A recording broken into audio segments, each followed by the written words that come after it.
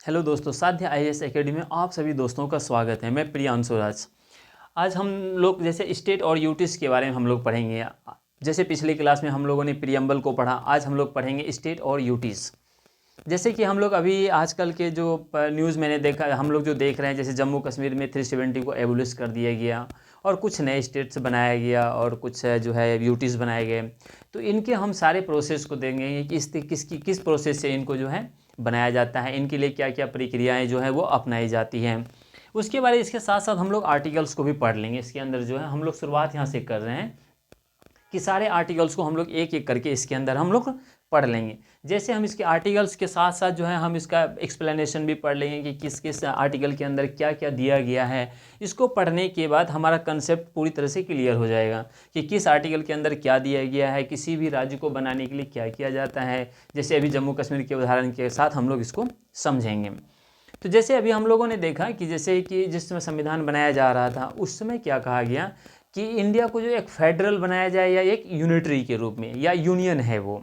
तो इसमें कहा गया कि जैसे मान ली फेडरल की बात अगर करते हैं तो उस समय भीमराव अंबेडकर साहब ने उन्होंने कहा कि इंडिया क्या होगा, एक फेडरल होगा, फेडरल कंट्री होगा। इसका मतलब ये है कि अगर ये फेडरल होगा तो इसके अंदर उन्होंने कहा कि ये फेडरल है, लेकिन फेडरल के अंदर उन्होंने ये कहा कि स्टेट और सेंट्रल गवर्नमेंट के बीच का एग्रीमेंट नहीं है ये। ताकि जैसे कि अगर मान ली पहला कहा उन्होंने कि एग्रीमेंट नहीं है, दूसरा उन्होंने कहा कि राज्य को ऐसा कोई अधिकार नहीं है कि वो सेंट्रल गवर्नमेंट से वो अलग हो सके, ऐसा कोई भी बात उसमें नहीं कहा। उन्होंने कहा इंडिया क्या है, एक फेडरल होगा। तो लेकिन जो वर्किंग कमेटी था कॉन्स्टिट्यूशन का, उन्होंने कहा कि नहीं, ये यूनियन रखा जाए। तो ये हम अगर फेडरल की बात करते हैं तो इनका सबसे पहले जो उल्लेख किया गया है वो अमेरिका के संविधान में किया गया है। तो वहाँ पर हम क्या देखते हैं कि इंडिया को कहा गया क्या, एक फेडरल कंट्री है, लेकिन फेडरल के साथ साथ इंडिया क्या है, एक यूनियन है। तो जैसे कि हमारे वर्किंग कमेटी थे उन्होंने कहा कि यूनियन है, लेकिन भीमराव अंबेडकर के स्टेटमेंट जो है उन्होंने कहा कि ये क्या है, एक फेडरल है। तो हम जैसे हम लोग इसमें भी देखेंगे फेडरल के बीच में क्या होता है कि स्टेट और यूनियन के बीच में यानी सेंट्रल गवर्नमेंट के बीच में क्या है, एक एग्रीमेंट नहीं है कि स्टेट गवर्नमेंट जब चाहे वो अलग हो सके। जैसे हम अमेरिका के संविधान में देखते हैं कि स्टेट चाहे तो वो अपना फ्री हो सकता है, लेकिन यहाँ वैसा नहीं है, स्टेट जो है वो सेंट्रल गवर्नमेंट से अलग नहीं हो सकता है। तो यहाँ पर हम क्या देखेंगे कि आर्टिकल फर्स्ट में, यानी आर्टिकल फर्स्ट में उन्होंने क्या कहा। देखिए आर्टिकल फर्स्ट से लेकर 4 तक हम इसके अंदर पढ़ेंगे। तो पहला जो आर्टिकल फर्स्ट में कहा गया है, आर्टिकल फर्स्ट के अंदर सब क्लॉज के रूप में 3 पॉइंट्स हैं इसमें। पहला है कि इंडिया क्या है, डेट इज़ भारत, यानी ये यूनियन ऑफ स्टेट। ध्यान दिए, इसमें कहा गया कि जैसे यूनियन ऑफ स्टेट, ये जो कॉन्स्टिट्यूशन के जो वर्किंग कमेटी थे उन्होंने कहा क्या है, ये यूनियन है, फेडरल शब्द को उन्होंने नहीं माना है। तो उन्होंने कहा कि जैसे फेडरल की बात अगर हम करते हैं तो फेडरल के भी इसमें बहुत सारे गुण हैं और यूनिटरी के भी बहुत सारे गुण हैं, लेकिन जो वर्किंग कमेटी है उन्होंने क्या कहा उन्होंने कि यूनियन माना उन्होंने, कि ये भारत क्या है। जैसे देखिए इसमें उन्होंने कहा है कि दैट इज़ भारत, इसका मतलब है कि इंडिया दैट इज़ भारत इस यूनियन, उन्होंने यूनियन शब्द का यूज़ किया। वो स्टेट का क्या है, एक यूनियन है। देखिए उसी के अंदर उन्होंने क्या कहा कि यहाँ जैसे देखिए अगर हम यूनियन की बात करते हैं और फेडरल की बात अगर हम करते हैं तो यूनियन के अंदर जैसे अगर हम फेडरल की बात करते हैं तो उसमें राज्य जो है अलग नहीं हो सकता है। और दूसरा है कि राज्य और मतलब कि जो केंद्र के बीच में कोई एग्रीमेंट नहीं है। लेकिन यूनियन में हम यहाँ पर क्या देख रहे हैं, इसमें भी कोई एग्रीमेंट की बात नहीं हो रही है, लेकिन इसमें क्या होता है कि सेंट्रल गवर्नमेंट के कोई भी कानून, कोई भी लॉज बनाते हैं वो राज्य पर लागू हो रहा है। ठीक है, राज्य उनसे अलग नहीं हो पाता है, यानी राज्य उनके साथ जुड़ा हुआ है। साथ में राज्य को भी अधिकार दिया गया है, राज्य को भी अपना क्या है वो अधिकार दिया गया है। देखिए दूसरा में दिया है नेम और टेरिटोरियल एक्सटेंट ऑफ स्टेट और यूटीज। देखिए इसमें क्या सब क्लॉज 2 में कहा गया है कि उसके किसी भी स्टेट्स और यूटीज के नेम और उसका एक्सटेंड यानी उसको जो बढ़ाया जाएगा या उनको अगर घटाया जा रहा है तो उसके बारे में चर्चा कहाँ किया गया है, वो सब क्लॉज 2 में किया गया है। और सब क्लॉज 3 की बात करते हैं। देखिए यहाँ यूटीज ऑफ इंडियाज, यानी इंडियाज़ की, ध्यान दीजिए यहाँ पर राज्य और जो है केंद्र शासित प्रदेश की बात होती है, जो स्टेट और यूटीज की। देखिए स्टेट को अगर उसको अगर शामिल किया जाता है या उसको हटाया जाता है या उसके अंदर किसी प्रकार का चेंजेस किया जाता है वो आसान है, लेकिन उसके पहले यानी जिस समय जो है भारत जब आज़ाद हो रहा था उस समय का मैटर है। उस समय क्या हुआ था, बहुत सारे ऐसे स्टेट थे कि जो यूनियन में शामिल होना नहीं चाहते थे। तो बहुत सारे स्टेट को जो है वो यूनियन के रूप में शामिल किया गया, बाद में उसको स्टेट का दर्जा दिया गया। तो इस तरह से हम देखते हैं कि सब क्लॉज थर्ड में कहा गया कि क्या क्या ऐसा टर्म एंड कंडीशन था कि जिसके तहत कि बहुत सारे ऐसे जिसको यूनियन बनाया गया फिर उसको राज्य में परिवर्तित किया गया। इस तरह से हम यहाँ पर इन तीनों सब क्लॉज थर्ड तक हम इसको देखते हैं। देखिए आर्टिकल सेकेंड, यानी आर्टिकल सेकेंड में उन्होंने क्या किया, पार्लियामेंट में बी लॉस, यानी पार्लियामेंट जो है कानून के द्वारा, हालांकि संविधान जो है, संविधान ने पार्लियामेंट को बहुत सारे ऐसे राइट दिए हैं जिसके तहत वो क्या कर सकता है कि राज्य में किसी प्रकार के चेंजेस कर सकते हैं। देखिए पहला है एडमिट, यानी एडमिट है और स्टेबलाइज। देखिए यहाँ पर आर्टिकल 2 और 3 जो है, यानी आर्टिकल 2 के अंदर ये जो भी मतलब कि जो चेंजेस किया जाएगा सिर्फ न्यू स्टेट के रूप में उसको बनाया जाएगा, यानी जो एग्जिस्टिंग स्टेट इसमें नहीं है, यानी जो नए बनाए जाएंगे जैसे एडमिट, किसी भी राज्य को मान लीजिए वो एडमिट करते हैं या स्टेबलाइज करते हैं, ये सभी किसके अंदर आ जाता है, आर्टिकल सेकेंड के अंदर। इसमें पार्लियामेंट को अधिकार दिए गए। जैसे अभी आपने देखा कि जम्मू कश्मीर तो पहले से एग्जिस्टिंग स्टेट था, ठीक है, लेकिन उसको हटाकर उन्होंने 2 यूटीज में चेंज किया गया। जब किया, ये अधिकार किसको मिला है, पार्लियामेंट को दिया गया है। हालांकि ये अधिकार जो है संविधान के द्वारा यानी कॉन्स्टिट्यूशन के तहत इसको पार्लियामेंट को मिला है। ये कानून के द्वारा क्या कर सकते हैं, किसी भी राज्य को एडमिट या स्टेबलाइज कर सकते हैं। इस तरह का अधिकार जो है पार्लियामेंट को दिया गया है। इस तरह के बहुत सारे ऐसे क्वेश्चन पूछे जाते हैं कि जैसे मान लीजिए स्टेट और यूटीज़ को चेंज किया जाएगा या इसको जो स्टेबलाइज किया जाएगा, इस तरह से जो भी बातें होती है वो संविधान किसको अधिकार दिया है, प्रेसिडेंट को दिया है, पार्लियामेंट को दिया गया है। इस तरह के बहुत सारे क्वेश्चंस पूछे जाते हैं। तो आप याद रखेंगे वो किसको अधिकार दिया गया, वो पार्लियामेंट को अधिकार दिया गया है कि किसी भी राज्य को एडमिट और स्टेबलाइज करने का। देखिए आर्टिकल 3 यानी आर्टिकल 2 और 3 जो है ये क्या है, न्यू स्टेट फॉर्मेशन के बारे में चर्चा किया गया है। देखिए उसमें हम क्या करते हैं कि आर्टिकल 3 में इसमें कहा गया इंटरनल रीएडजस्टमेंट, यानी कहने का मतलब ये है कि जो स्टेट एग्जिस्टिंग है उसके अंदर जो चेंजेस किया जाएगा। जैसे देखिए पहला है उसके अंदर फॉर्मेशन ऑफ न्यू स्टेट्स। अगर मान लीजिए कोई स्टेट को फॉर्मेशन किया जाता है, जैसे अभी आपने देखा कि जो तेलंगाना था 2014 में जो उनको ये किया गया, अलग स्टेट बनाया गया फॉर्मेशन। उसके बाद आपने देखा है कि increase the area of state, यानी किसी भी एरिया का, किसी भी स्टेट का जो है एरिया को चेंज किया जाता है या उसको बढ़ाया जाएगा। दूसरा है कि उसके एरिया को घटाया जाएगा। तीसरा है यानी उसके बाउंड्रीज को अल्टर किया जाएगा या उसके नेम को अल्टर किया जाएगा। इस तरह से हम इसमें से 5 पॉइंट्स को देखते हैं। क्या था, formation of new state, area को बढ़ाया जा सकता है, एरिया को घटाया जा सकता है, उसको उसके बाउंड्रीज को अल्टर किया जा सकता है, उसके नेम में अल्टर किया जा सकता है। इस तरह के अगर हम चेंजेस देखते हैं तो वो आर्टिकल 3 के अंदर दिया गया है। ध्यान दीजिए, अगर हमने यहाँ पर देखा 5 पॉइंट, अगर किसी भी स्टेट का फॉर्मेशन किया जाए और किसी भी स्टेट के एरिया में किसी प्रकार के चेंजेस अगर किया जाता है तो वहाँ पर हम क्या देखते हैं, इनका प्रोसीजर क्या है कि किस तरह से इसमें चेंजेस किया जाता है। तो सबसे पहले हम देखेंगे president will be recommend to the parliament. देखिए यानी जब इस तरह का किसी प्रकार का अगर चेंजेस किया जाएगा तो सबसे पहले जो है वो प्रेसिडेंट का जो है वो एसेंट लेना ज़रूरी है।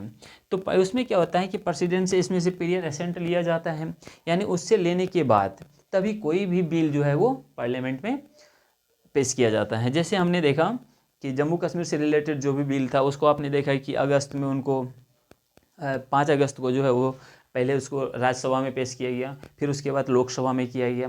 इस तरह से हम देखते हैं कि उसको उसमें करने के बाद और फिर प्रेसिडेंट का एसेंट लिया गया। तो देखिए सबसे पहले यहाँ ध्यान देना, यहाँ पर क्या होता है कि सबसे पहले अगर किसी भी बिल को अगर जैसे लोकसभा या राज्यसभा में उसको जो है जब पेश किया जाता है तो उसको बिल कहा जाता है। जैसे लोकसभा और राज्यसभा जब दोनों उसको पास कर देते हैं, जब वो प्रेसिडेंट के पास जाता है तब तक वो जैसे लोकसभा और राज्यसभा जैसे उसको पास करता है उसी तरह से देखिए पहले होता है बिल, उसके बाद क्या आ जाता है एक्ट, उसके बाद जैसे आता है उसके बाद ये क्या बन जाता है लॉज। ठीक है, तो पहले बिल फिर एक्ट फिर लॉज, यानी उन्होंने आपने क्या देखा कि पहले जो है इसको लोकसभा राज्यसभा में पहले उसको पेश किया जाता है, उसके बाद एक्ट बनता है, फिर उसके बाद प्रेसिडेंट का एसेंट मिलने के बाद वो लॉज हो जाता है। जैसे आपने देखा कि 5 अगस्त 2019 को जो है ये बिल उसको जो है पास किया गया, जाकर ये 31 अक्टूबर 2019 को ये इनएक्ट हो गया, लागू हो गया। ध्यान दीजिए हम यहाँ पर क्या देखते हैं, जैसे आपने देखा कि प्रेसिडेंट जो है उसको मतलब कि रिकमेंड करता है फिर हो जाता है, लेकिन जैसे ही अगर प्रेसिडेंट से जैसे एसेंट लिया जाता है, प्रेसिडेंट जैसे इसको ऑर्डर देते हैं यानी अपना सहमति देते हैं, तो सबसे पहले क्या करता है प्रेसिडेंट जो है वो राज्य को भी एक रिकमेंडेशन भेजता है, वो बिल जो है राज्य के पास भी भेजता है कि राज्य का इसमें क्या कहना है। तो आप ध्यान देंगे, जैसे वो राज्य के पास भेजा जाता है, तो राज्य के पास जैसे भेजता है, जिसका मतलब ये नहीं कि राज्य अगर उन्होंने सहमति नहीं दी, अगर उन्होंने एग्री नहीं किया, तो इसका मतलब उस बिल को मतलब डिस्ट्रॉय कर दिया जाएगा, ऐसा नहीं है। उसमें क्या होता है कि ये प्रेसिडेंट के ऊपर है कि वो मतलब स्टेट लेजिस्लेचर की बात को माने या नहीं माने। तो हम यहाँ पर क्या देखते हैं कि स्टेट की बातों को अगर प्रेसिडेंट मान लेते हैं तो भी ठीक है, नहीं मानते हैं तो भी ठीक है, यानी वो मतलब अपना एग्री दे या नहीं दे, इसमें से किसी प्रकार का कोई प्रॉब्लम क्रिएट नहीं होता है। देखिए अगला हम देखते हैं पार्लियामेंट।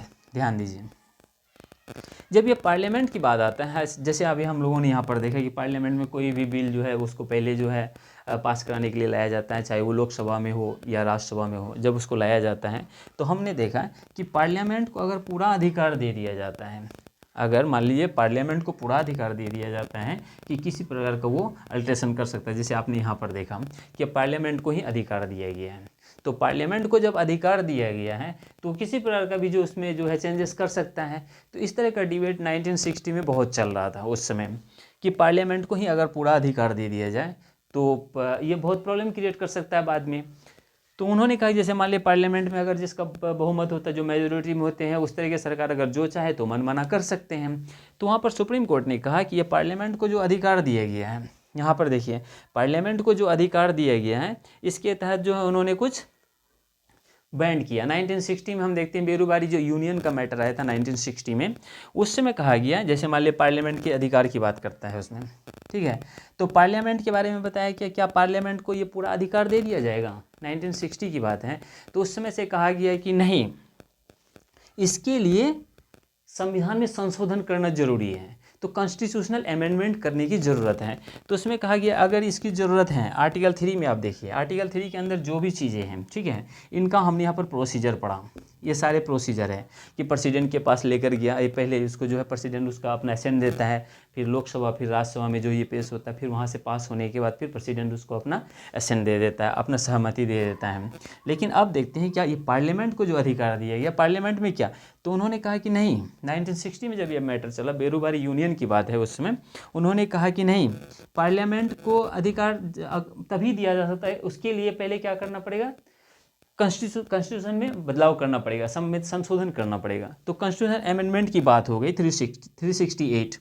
तो देखिए जब इसके बारे में बताया तो उसी समय क्या हुआ, 1960 में जो पाकिस्तान वाला मैटर था, पाकिस्तान को बहुत सारा भाग जो है उसमें जो दे दिया गया है, वो मतलब कि जो 1960 में, तो वहाँ पर बदलाव किया गया। लेकिन बाद में क्या होता है 1969 में, तो 1969 में आकर सुप्रीम कोर्ट ये अपना जजमेंट सुनाता है कि नहीं, कोई भी बात अगर होती है, अगर इस तरह का मैटर होता है तो मतलब कॉन्स्टिट्यूशन में किसी प्रकार का अमेंडमेंट नहीं किया जाएगा। 1969 से इसको हटा दिया, वो पूरी तरह से किसके ऊपर दे दिया, उन्होंने कहा कि ये पूरी तरह से पार्लियामेंट के ऊपर है, पार्लियामेंट अपना कानून बनाएगा, उनके तहत किसी भी राज्य का अधिकार को मतलब किसी भी राज्य में किसी प्रकार का चेंजेस कर सकता है। इस तरह का मैटर आया। ध्यान दीजिए आर्टिकल 4 आपने क्या देखा, आर्टिकल 1 में देखा 3 क्लॉज आपने देखा, आर्टिकल 2 में कहा गया पार्लियामेंट को राइट दिए गए क्या, किसी भी राज्य को एडमिट या स्टेबलाइज करने का। और आर्टिकल 3 में आपने देखा इंटरनल रीएडजस्टमेंट के अंदर मैंने देखा कि किसी भी राज्य का फॉर्मेशन, उसके बाद देखा आपने कि एरिया में किसी प्रकार का जैसे उसमें इंक्रीज कर सकता है, डिक्रीज कर सकता है, उसके बाउंड्रीज में अल्टर कर सकता है, उसके नेम में अल्टर कर सकता है। इस तरह के मैंने यहाँ पर चीज़ें देखा। यहाँ पर मैंने प्रोसीजर ये ध्यान दीजिएगा, सबसे पहले क्या होता है, इस तरह का बदलाव करने के लिए प्रेसिडेंट का एसेंट लेना जरूरी है। जैसे प्रेसिडेंट का एसेंट की मांग करता है, प्रेसिडेंट क्या करता है, स्टेट को ये रेफर करता है, स्टेट को कहता है कि आप अपनी सहमति बताओ। तो स्टेट लेजिस्लेचर जो होता है, चाहे वो अपना एग्री दे या ना दे, अगर दे भी देता है तो भी ठीक है, नहीं भी देता है तो भी ठीक है। अगर वो दे भी देता है, अगर वो मान लीजिए एग्री नहीं करता है, फिर भी प्रेसिडेंट उसको मानने के लिए तैयार नहीं है, ये प्रेसिडेंट के ऊपर मतलब डिपेंड करता है कि वो उनको एक्सेप्ट करे या रिजेक्ट करे। उसके बाद हम लोगों ने देखा ये पार्लियामेंट के बारे में इस तरह का। देखिए आर्टिकल 4 में कहा गया है कि जैसे मान लीजिए यहाँ पर जो भी चेंजेस आता है, ठीक है, एडमिट करने का, स्टेबलाइज करने का, ये सभी करने के लिए आर्टिकल 368 में आपका कहा गया, जो कॉन्स्टिट्यूशनल अमेंडमेंट की बात कहा गया है, उनको यहाँ पर फॉलो नहीं किया जाएगा। यहाँ पर एक सिंपल मेजोरिटी या ऑर्डिनरी लेजिस्लेचर के तहत इस प्रकार के चेंजेस कर सकते हैं, यानी 368 की कोई रिक्वायरमेंट नहीं होगी, यानी इसमें सिंपल मेजोरिटी के द्वारा इसको पास करा लिया जाएगा। इस तरह का हमने क्या देखा, आर्टिकल 1 से लेकर आर्टिकल 4 तक यहाँ पर मैंने देखा। तो हमने यहाँ पर क्या देखा, ये सारे किस तरह की ये प्रोसीजर है। आप ध्यान दें यहाँ पर क्या है, पार्लियामेंट के मैटर को उठाया जाएगा, जो क्वेश्चंस पूछे जाते हैं कंसेप्ट वाले। यहाँ पर पार्लियामेंट को किसको अधिकार दिया गया, पार्लियामेंट को दिया गया है। ये सब जो चेंजेस करने के लिए क्या जो वो 360 में चेंजेस करना पड़ेगा, कॉन्स्टिट्यूशनल अमेंडमेंट करना पड़ेगा, तो नहीं, इसके लिए करने की कोई ज़रूरत नहीं है। उसी समय ध्यान दिए एक और पॉइंट है इसमें कि जब इसमें से कहा गया, पहले तो नहीं था 360 में, 1960 में कहा गया कि मान लीजिए उसमें मतलब कि जो कॉन्स्टिट्यूशन में बदलाव किया जाएगा, उसमें जो है अमेंडमेंट किया जाएगा, तो उसी समय क्या होता है, 9th कॉन्स्टिट्यूशनल अमेंडमेंट किया जाता है 1960 को।